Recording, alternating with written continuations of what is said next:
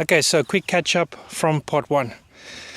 I have a spectacular engine out right after takeoff, and I do emergency landing on the farm next door. Another 4 takeoffs to try and get off the ground, 45 minutes behind the race leader, and I have to fly a different route because I don't have the total range on the Instinct. And eventually I get to Ellis Russ. I catch up to one of the race leaders. Next part is I can't get off the ground for another 40 minutes because the wind just is cheating me on every single way it possibly can. I forgot to put oil in. I get to the border. I clear the border. I go on a wild goose chase, partake in something fantastic through the Botswana bush. I don't take shit here in Botswana. End up 20 kilometers north at a fuel station. Not enough time to take off. I see this is the end of the beginning. Oh, geez, we're Harrow Balloons in Pretoria or wherever. Palapye Dam all the way back here. My brain's not firing on all cylinders right now. Got a bit of heat stroke thing going, I think. Right, here I go. I have an absolute perfect flight on the way to Palapye. It was brilliant, absolutely brilliant. I know I can make it on my own if I try, but I'm searching for a great heart to stand me by underneath the African sky. A great heart to stand me by. I'm searching for the spirit of a great heart to hold and keep me by. I'm searching for the spirit of the great heart under African sky. Sometimes I feel that you really know me. Sometimes there's so much you can show me.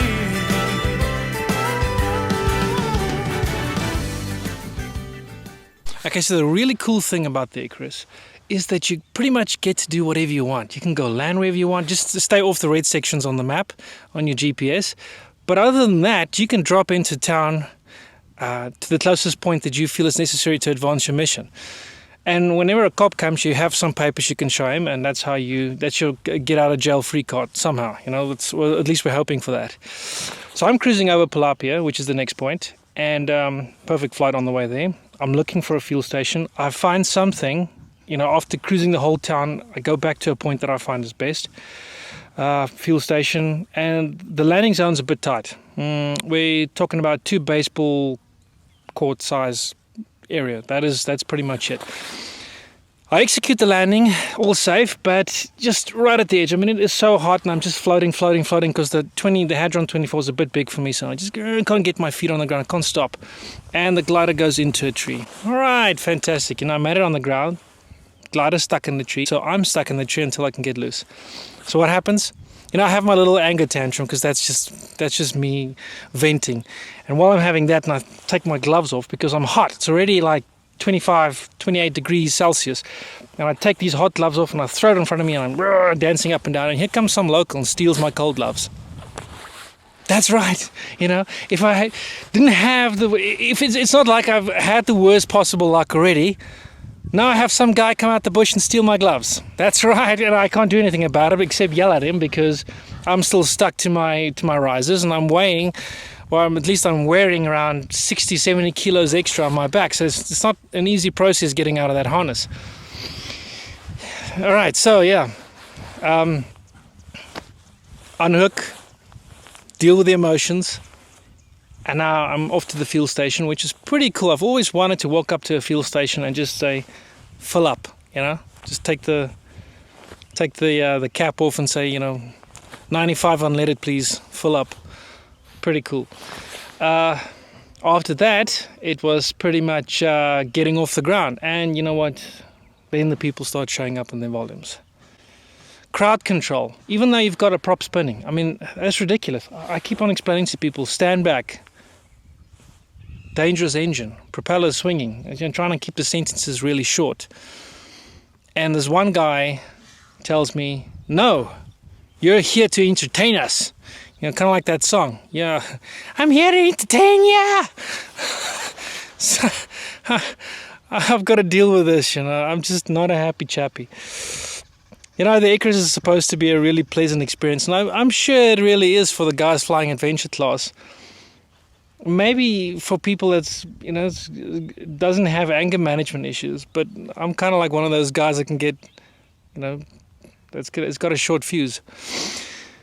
But I'm dealing with it, you know. I trained for it ahead of the Icarus by trying to take off in midday with the wind turning direction all the time, and I kind of dealt with those emotions. But knowing that somebody else is having better luck and, you know, just getting ahead, that's just wrong. Anyway, so long story short, got off the ground, and I know I'm not going to make Kubu Island with that stretch, so I swing past Serowe. Now Serowe is I'm not even sure if I'm going to get fuel in Serowe. I've never been there. I've never checked it out on Google Earth. I've got no idea what it looks like, and I'm all over the place. I mean, the thermic turbulence is crazy. At some points I was screaming like a little girl. It was just all over the place. So I check out this field, and it looks like a shopping mall from above, but you know, after I land, I realized there was a hospital. Not that it's a gigantic biggie landing next to a hospital. I mean, it's not supposed to be. But anyways, here's the rest of the story. Alright, that's me in Serowe, landed at a hospital. Brilliant 10-point landing, just for the cops to arrest me because, well, they don't recognize this form of aviation and look suspicious. So I had a long interrogation session, and I'll be taking off as soon as it gets a bit better. I had to come land because, damn man, it was bumpy as hell. It was just crazy up there. And the previous takeoff site at Palapye was nuts. It was a crowd. It was a complete mob scene. Everybody came off the streets and kept harassing me, and they stole my winter gloves. So I don't even know how I'm gonna survive the early morning flights now because it's crazy cold. Well, I've got a spare pair of summer gloves, but it's not so simple in this cold. So yeah, now ranging from very cold to the midday temperatures, which is around 30-35 degrees right now. So that's why it's almost unflyable with the thermics. Whoever is flying right now must have, you know, exceptional and can take the beating. I'm just not up to it right now. That's about it. I hope I get off the ground and get out of here with a full load of gas so I can make it all the way to the pans. So the next leg is 3.88 hours from Serowe to Kubu Island. Now, this is the flight everyone's looking forward to. The pans are supposed to be ridiculously cool to fly over. And they didn't disappoint. This really was one of the best flights I've ever done. But it's flying mostly over no man's land. Just the pure mental acknowledgement that you're flying in a straight line over an area where there's no help, there's no roads, there's no nothing. If you're going down, like, you know, due to an engine failure or something like, which I've already had, you know, and that was stuck in the back of my mind, then, you know, it's going to take days or weeks to try and fish me out of that bush. No kidding. I mean, how are they going to find me? There's no roads. All right.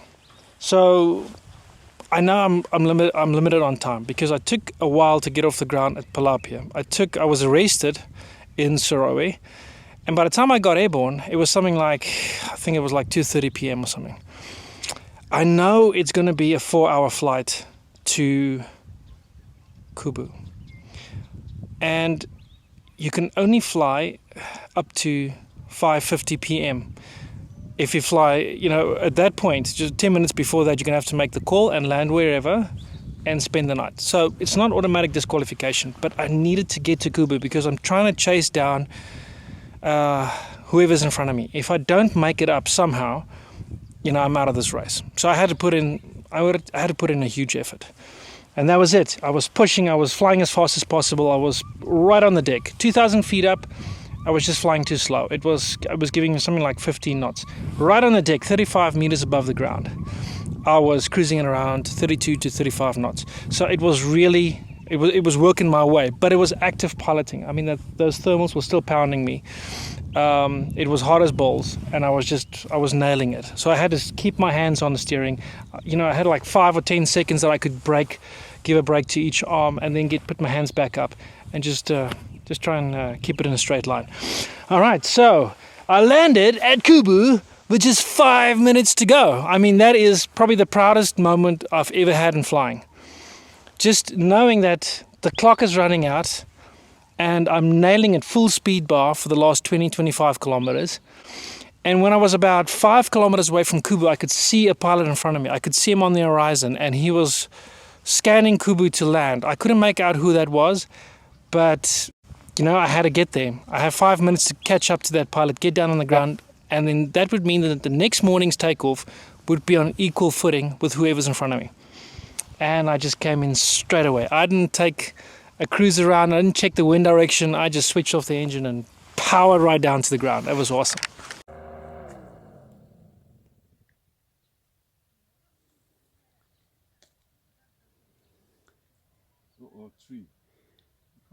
It's perfect.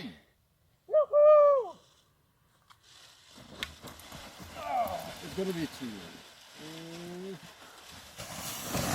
Yeah! Woo!